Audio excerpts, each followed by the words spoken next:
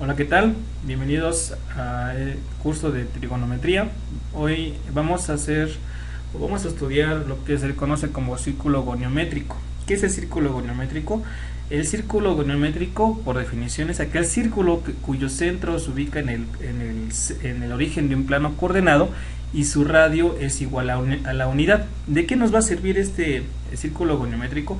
Entre otras cosas, lo vamos a ocupar el día de hoy para poder determinar el valor de las razones trigonométricas y el signo que adquieren estas dependiendo el cuadrante en el cual sean trazadas. Ok, entonces para ello vamos a utilizar el software GeoGebra para la construcción de este círculo y poder observar cómo se comportan estas razones trigonométricas. Pues bien, nos vamos entonces al software. Vamos ahora a utilizar el plano coordenado para poder hacer esta demostración y vamos a trazar un círculo con centro en el origen y radio igual a 1. Por lo tanto, voy a utilizar la herramienta. Le digo que quiero que el centro esté en el origen y que el radio sea igual a la unidad. Nos va a trazar ya el círculo. Vamos a hacerle un acercamiento para poder apreciar mejor los trazos de esta manera, así. Y ahora sí, vamos a empezar ya que hice el círculo unitario, el círculo cuyo radio es la unidad, vamos a empezar a hacer los trazos. Voy a colocar un punto sobre la circunferencia para poder construir un triángulo rectángulo con ciertas características. Ahora, este punto que he trazado, yo lo puedo mover siempre sobre la circunferencia porque fue trazado sobre ella, ¿sale? Voy a necesitar ahora hacer un par de trazos auxiliares que después voy a ocultar. Voy a trazar una recta perpendicular que pase por B y que sea perpendicular al eje X, y otra recta que pase también por B pero que sea perpendicular al eje Y. Y voy a ubicar los puntos de intersección, es decir, este punto y este punto, ¿de acuerdo? Porque lo vamos a necesitar. Y también vamos a trazar los puntos de intersección de la circunferencia con el eje X, que sería este punto, y con el eje Y en este punto, ¿vale? Porque lo vamos a estar después.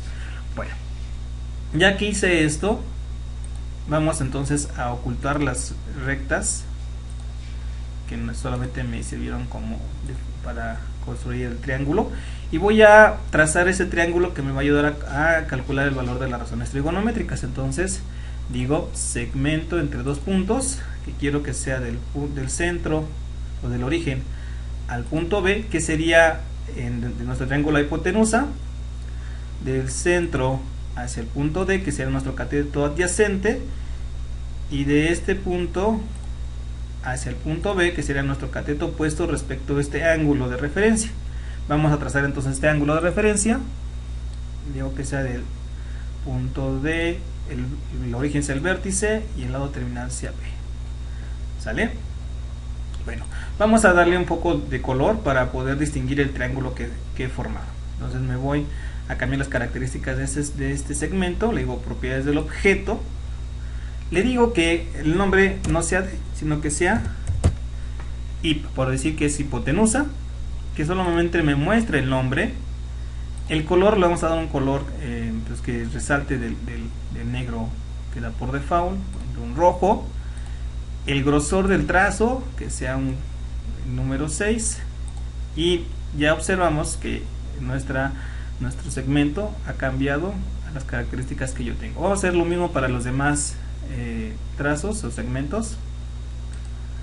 Propiedades del objeto, que digo que quiero que se llame cateto opuesto, que muestre solamente el nombre, que el color, no sé, que sea este color, y el estilo que sea un poco más grueso. Y ya observo que me ha cambiado las características. Finalmente no me falta para el segmento del cateto adyacente. Quiero poner CA, que solamente me muestre el nombre, que el color que sea verde, por ejemplo este verde, y el estilo que sea un poco más grueso. Ya me ha cambiado el nombre. Y ahora también vamos a hacer lo mismo para el ángulo. Quiero que este ángulo no me dé el valor, sino nada más me dé el nombre y que no admita ángulos cóncavos, ¿vale? Para que simplemente me dé el ángulo agudo. Y si observan, al mover el punto B sobre la circunferencia, puedo observar cómo se está comportando este valor, ¿de acuerdo? Para los distintos cuadrantes. Ok, ahora ya que tengo definido quién es el cateto opuesto, el cateto adyacente y la hipotenusa, vamos a definir cuánto es el valor de estos segmentos. Ahora, para ello vamos a hacer uso de algunos cálculos previos. ¿Por qué? Porque si observan, el cateto adyacente en el segundo cuadrante debe ser negativo. En el tercer cuadrante, tanto el cateto adyacente como el opuesto también son valores negativos, y en función de ello pues tendré que definirlos como tal, como valores negativos dependiendo o positivos dependiendo del cuadrante en el cual estén. Bueno, entonces vamos para calcular esto, vamos a definir primeramente el segmento que va del punto D al punto E, que se define como la D de 0.38, y del punto C al punto F, que sabemos que es la distancia que hay desde el punto que se define como el valor de E, ¿de acuerdo? Y con ello voy a poder definir el valor de los catetos. Me voy a la parte que dice entrada y digo entonces que el cateto adyacente voy a definirlo con mayúsculas para que no se vayan a renombrar estas variables que ya definí previamente, o este objeto. Digo que cateto adyacente es igual a 1, porque sabemos que el radio es 1, o sea la distancia que hay de aquí del centro hasta el punto es 1, menos el valor de este segmento, que lo definimos como el valor de D. Le doy enter, y si observan, en la parte de objetos dependientes me da ese valor, que es CA igual a 0.62. Y si observo, en el cuadrante 2 decimos que tiene que ser un valor negativo, y efectivamente nos está dando que es un valor negativo. Voy a hacer lo mismo para el cateto opuesto. Digo que el cateto opuesto, con mayúsculas para no renombrarlo, es igual a la unidad menos ese segmento que lo definimos como el segmento E. Doy enter y ya me ubicó en esta parte el valor del cateto opuesto, es decir, el valor de esta distancia, pero con la condición que, por ejemplo, cuando estuviera yo en el tercer cuadrante, este valor es negativo, ¿de acuerdo? Para poder definirlo de esa forma. Ok, bueno, ahora vamos a definir el valor de estos de las razones trigonométricas en función a estos catetos. La hipotenusa no es necesario definirla, porque por simple deducción sabemos que siempre va a ser positiva y que es igual a la unidad. Entonces definimos ahora a la primera razón trigonométrica, que decimos que el seno del valor del ángulo es igual al cateto opuesto sobre la hipotenusa. Entonces decimos que es cateto opuesto entre la hipotenusa, ¿sale? Porque ya lo había definido cuánto vale cada uno de ellos, y aquí me va a aparecer el valor del seno. Voy a hacer lo mismo para las siguientes razones trigonométricas. Decimos que el coseno es igual al cateto adyacente entre la hipotenusa. Ya me colocó el valor del coseno en esta parte. La tangente es igual a cateto opuesto. Aquí hay que tener cuidado porque por default el software nos va a dar ciertos valores. Entonces, para evitar que agarremos alguno de estos valores, voy a a darle un espacio o decirle que no me interesa entre el cateto adyacente, ¿sale? Y aquí me está dando el valor de la tangente. Después la inversa de la tangente, que sabemos que es la cotangente, que sería igual al cateto adyacente sobre el cateto opuesto. Luego la secante, que sería igual a la hipotenusa sobre el cateto adyacente. ¿Ya vieron? Es decir, por default me va a dar un comando que no me interesa. Entonces lo borro y le digo que nada más quiero este valor. Le doy un espacio para que no nombre al valor por default. Ya tengo la secante y finalmente la cosecante, que sería igual a la hipotenusa entre el cateto opuesto. Y ya he definido cada uno de los valores de las razones trigonométricas, ¿sale? Ahora, para saber cómo se comportan los signos de las razones en los distintos cuadrantes, voy a insertar un cuadro, un texto, por ejemplo por acá, para definir las primeras razones trigonométricas o las básicas, y digo que quiero que el texto sea una fórmula. Entonces activo la fórmula. Si observan, me va a colocar entre dos signos de pesos para indicar que ahí voy a insertar la fórmula. Le digo primeramente que quiero el seno del valor del ángulo alfa es igual a la razón. Bueno, tengo que decirle que quiero que sea una fracción, y se dan cuenta, me da por default valores de A y B, pero no quiero esos valores. Quiero decir que el valor del numerador sea el cateto opuesto, que yo definí como CO, entre la hipotenusa. Borro B e inserto el objeto llamado hipotenusa. Y si observan, en la parte de vista previa me está dando los valores a los cuales corresponde el cateto opuesto y la hipotenusa.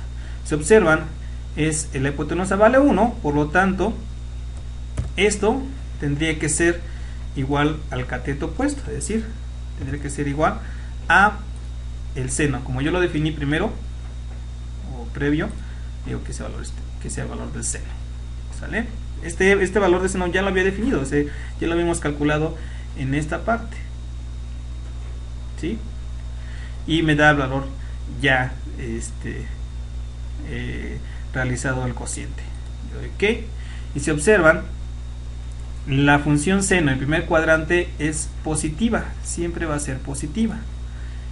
En el segundo cuadrante sigue siendo positiva, pero en el tercer cuadrante observo que la razón trigonométrica del seno cambia de signo, es negativa, al igual que en el cuarto cuadrante. ¿De acuerdo? Vamos a hacer lo mismo para la función coseno, ¿sí? Pongo aquí y nuevamente repito el proceso. Quiero que sea una fórmula, quiero que sea el coseno, abro un paréntesis, del ángulo alfa, cierro el paréntesis, igual a un cociente, es decir, una fracción. Lo defino como el cateto adyacente, que sería CA, porque es el valor del cateto adyacente, entre la hipotenusa. Y si observan, es 0.6, o en este caso, dependiendo de dónde está ubicado, entre 1, porque la hipotenusa siempre va a ser 1. Y esto es igual, ya lo habíamos definido como coseno, ¿sale? OK. Y si observan, el valor del coseno en el primer cuadrante es positivo, pero en el segundo cuadrante cambia de signo a un valor negativo. En el tercer cuadrante también es negativo, en el cuarto cuadrante es positivo. ¿De acuerdo? OK. Vámonos a la siguiente razón trigonométrica, que es la tangente. Entonces, repito el proceso. La tangente, nuevamente digo que quiero que sea una fórmula definida como tangente del ángulo alfa, cierro el paréntesis, igual a un racional, que sabemos que es cateto opuesto, okay, sobre cateto adyacente. Y si observan, es el valor de en el primer cuadrante ambos son positivos, y esto es igual a la tangente que ya la había definido, ¿sale? Me da el valor ya de la división de estos dos números. Y doy OK. Y si observan, vamos a ver cómo se comportan los signos de la función tangente en los distintos cuadrantes. En el primer cuadrante es positivo, en el segundo cuadrante la tangente es negativa, en el tercer cuadrante es positiva y en el cuarto cuadrante es negativa. ¿De acuerdo? Por lo tanto, podemos decir que dependiendo dónde ubiquemos el ángulo, la razón trigonométrica va a adquirir distinto signo en función a esos cuadrantes. Ya hice las tres razones trigonométricas básicas, vamos a hacer de este lado las inversas. Entonces nuevamente ahora voy a insertar un texto, quiero que sea una fórmula, y vamos a obtener la inversa del seno, que sabemos que es la cosecante del ángulo alfa, es igual a un racional, que sabemos que es la inversa, sería entonces la hipotenusa sobre el cateto opuesto, ¿sí? Y esto es igual a la cosecante. Aquí está, ¿vale? OK. Bueno, entonces la cosecante, vamos a ver cómo se comportaría la cosecante en los cuadrantes. Positiva en el primer cuadrante, positiva en el segundo, negativa en el tercero y negativa en el cuarto. OK. Esa sería la inversa del seno. Vamos a sacar la inversa del coseno, que sabemos que es la secante. Aquí tenemos una fórmula. Digo, secante del ángulo alfa es igual a la hipotenusa